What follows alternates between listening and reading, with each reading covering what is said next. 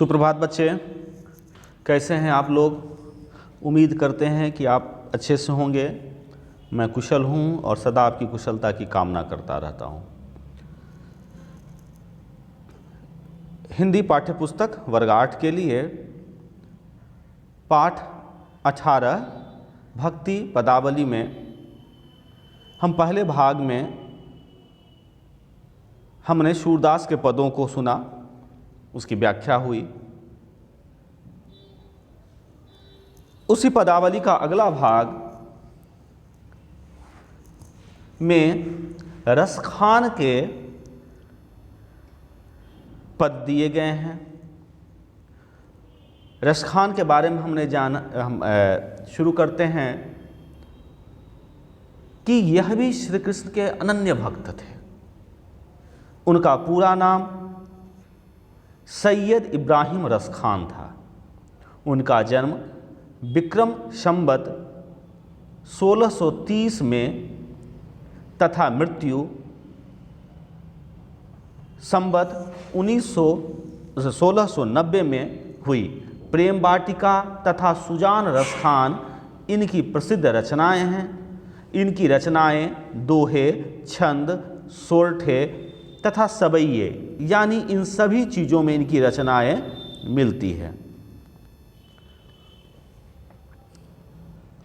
में उपलब्ध है। श्री कृष्ण के सानिध्य पाने के लिए बार बार उस ब्रज भूमि पर जन्म लेना चाहते हैं जहाँ श्री कृष्ण ने लीला की थी। भक्त होने के कारण रसखान श्री कृष्ण से मिलना चाहते थे, उनके साथ जीना चाहते थे। वो जहाँ पर समय बिताए हैं, ईश्वर के साथ आप रह नहीं सकते हैं बच्चे। आपके साथ ईश्वर रह सकते हैं, लेकिन जहाँ ईश्वर रहेंगे वहाँ साथ साथ आप अपने साथ नहीं ले जा सकते हैं। तो रसखान उन जगहों पर जाना चाहते हैं जहाँ पर श्री कृष्ण ने अपना बाल लीला या अपना लीला रचा।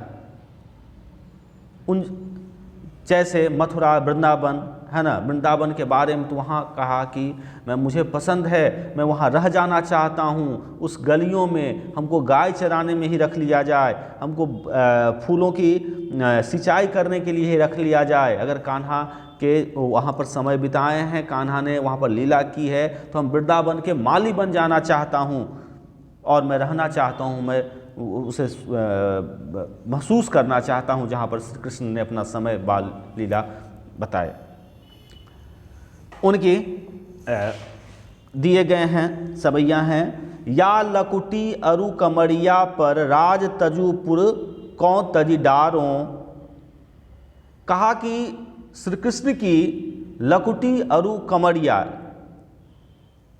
बाल थे, तो उनके हाथ में डंडे और कंबल रहते हैं। ठंडा हो गई, ओढ़ लिया, कहीं पर बिछाकर बैठ गया, सो गया, गाय चर रहे हैं। तो रसखान कहते हैं कि उनकी श्री कृष्ण के लकुटी और कमरिया पर यानी उनके डंडे और कंबल पर, कामरिया कंबल, राज तजु पुर कौ तजु दारों।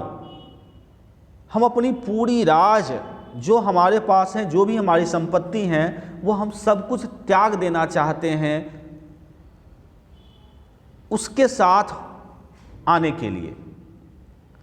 आठों सिद्धि नवों निधि, 8 सिद्धि होती हैं और धन 9 तरह के होते हैं, 9 निधि होती हैं, 9 तरह के।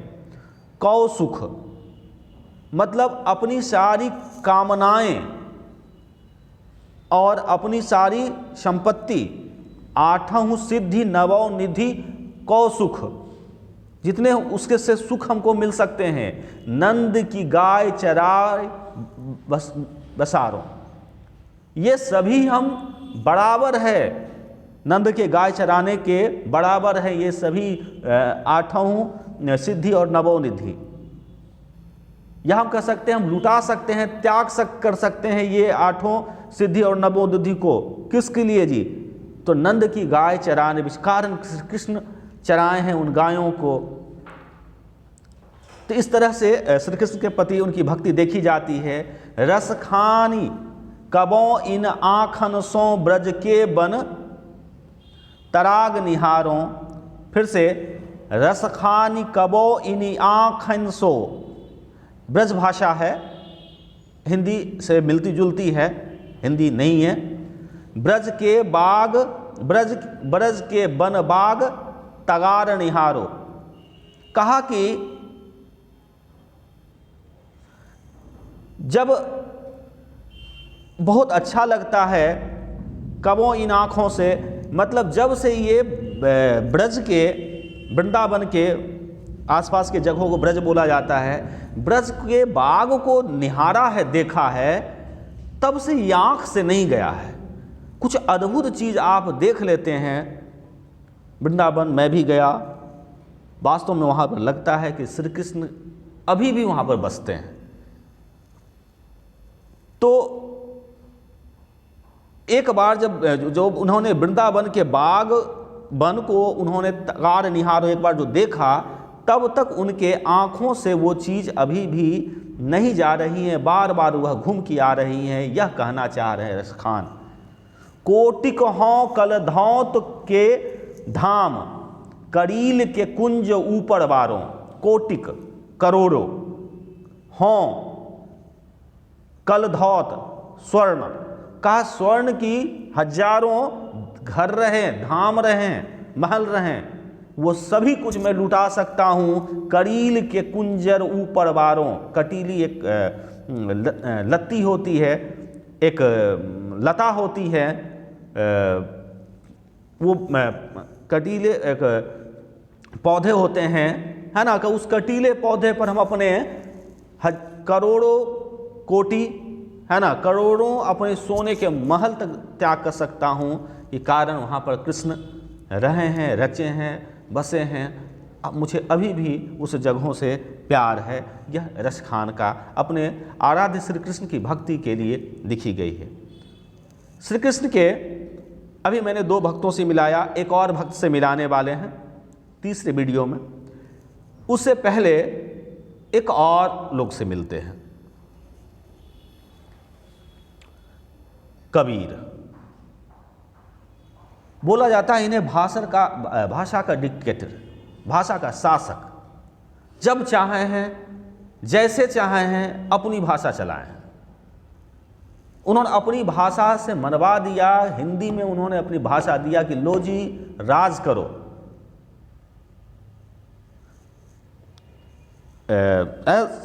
रामचंद्र शुक्ल शायद कहना था उनका कि कबीर के सामने भाषा बौनी दिखती है। कोई बहुत बड़े विद्वान का, जहाँ तक मुझे याद है रामचंद्र शुक्ल हिंदी के विद्वान थे, उन्होंने ही इस बात की कहा कि कबीर के साथ भाषा क्या हो जाती है, बौनी हो जाती है ना, छोटी हो जाती है, उससे बड़ी चीज़ है। अपनी शब्दों का प्रयोग किया जब चाह जैसे। कबीर भक्त थे, लेकिन बाह्य आडंबर, जो भक्ति के प्रति जो आडंबर दिखावा होता है, उसके बहुत खिलाफ थे। भक्ति तो इन्होंने दिखाई, इनमें भी भक्ति है। परिचय कर लेते हैं। इनका जन्म संवत विक्रम संवत 1398 में काशी में हुआ। ये जुलाहे का काम करते थे। जुलाहे परिवार में उनके पिता थी नीमा और माता नीमा थी। हिंदी के आरंभिक कवियों में इनका मुख्य स्थान है। कबीर सर्वश्रेष्ठ स्थान पर विराजमान है अभी भी। इनकी रचनाएं 3 भागों में बांटी गई, साखी, सबद और रामायणी। इन्होंने अपनी रचनाओं में धार्मिक आडंबर, जाति पाति का जो भेद है, इस पर भी उन्होंने कटाक्ष किया है, का विरोध किया है। इनकी मृत्यु विक्रम संवत 1518 ईस्वी में यूपी में ही है, उत्तर प्रदेश में मगहर में हुई थी। बनारस आसपास ही है मगहर। ये थे कबीरदास की। देखते हैं इनकी। मुँह को कहाँ ढूंढे रे बंदे, मैं तो तेरे पास में, ना मैं देवल ना मैं मस्जिद, ना काबो कैलाश में। ना तो कौनो क्रियाक्रम में, ना ही जोग बैराग में, खोजियो हो तो तुरंत मिली हो पल भर की तलाश में। कहे कबीर सुनो भाई साधो, सब सांसों की सांस में। कहा की तीर्थ यात्रा पे जाते हो। मोको कहाँ ढूंढे रे बनते, मैं तो तेरे पास। ईश्वर तो सभी जगह रहते हैं और सभी जगह, ये सभी ग्रंथों में ऐसा कहा गया है। तो मुझे ढूंढने की क्या जरूरत है? मोको कहाँ ढूंढे रे बंदे, मैं तो तेरे पास। मैं तो सभी जगह विद्यमान हूं, मैं आप में हूं, इसमें हूं, सभी जगह हूं। हरि व्यापक सर्वत्र समाना, ऐसा नहीं कि कहीं ज़्यादा है और कहीं कम है, सभी जगह समान है जी। तातय प्रकट प्रेम वही जाना, ये तुलसीदास की कहना है कि हरि व्यापक सर्वत्र और समाना, सभी जगह और समान रूप से। तो मोको कहाँ ढूंढे बंदे, मैं तो तेरे पास में। नाम देवल, देवल यानी मंदिर, देवालय, देव और आलय देवालय। नाम है देवल, नाम है मस्जिद। ना काबे कैलाश में, काबा इस्लाम का तीर्थ स्थान, कैलाश ऐसा माना जाता है कि भगवान शंकर का निवास स्थान। ना तो कौनो क्रियाक्रम में, ना ही जोग बैराग में, ना ही, ऐसा नहीं कि कोई विशेष काम में ही भगवान मिलते हैं, और ना ही आप एक पैर पर खड़े रहें, जोगी बन जाएं, बैराग हो जाएं, सबको त्याग दें, खाना पीना, शरीर, आत्मा, सारे चीज़ को त्याग दें, तब भी ईश्वर की, ऐसा नहीं कि ईश्वर की आप पा लेंगे, ईश्वर की प्राप्ति हो जाएगी। खोजियो हो तो तुरंत मिली हो, पल भर की तलाश में। अगर मुझे पुकारते, ईश्वर को पुकारोगे तो आपको मिल जाएंगे। सचमुच अगर कहीं भी कभी भी आप बहुत बड़े कष्ट में हैं और बहुत अधिक कष्ट में हैं और ईश्वर को याद करेंगे तो वो जवाब देते हैं बच्चे आपको, वो आपको उत्तर देंगे, आपके मन सुनेगा उस उत्तर को। भगवान ने ऐसा कहा, लेकिन तब जब वो दर्द आपसे नहीं सह पाते हैं। कहे कबीर सुनो भय साधो, सब सांसों की सांस में, है ना। सभी जो हम सांस लेते हैं उस सांस में निवास करते हैं भगवान, हमारे अंदर भगवान कहते हैं। ये पूरी तरह बाह्य आडंबर के लिए जो दिखावा हम लोग करते हैं, उपवास रखते हैं, जाते हैं, आते हैं, एक पैर पर खड़ा होना, तरह तरह के हम लोग कष्ट करते हैं, अपने शरीर को, अपनी आत्मा को कष्ट देते हैं, और ईश्वर सभी जगह मौजूद हैं। आप सारे काम जो कर रहे हैं वो करिए, आप एक पैर पर खड़ा रहिए, आप भूखे रहिए, कोई दिक्कत नहीं, आडंबर नहीं करिए, बस इतना ही कहना चाहें कबीर। धन्यवाद बच्चे। दूसरे और भाग लेकर मैं उपस्थित होता हूँ, तीसरे भाग लेकर मैं उपस्थित होता, तब तक के लिए धन्यवाद।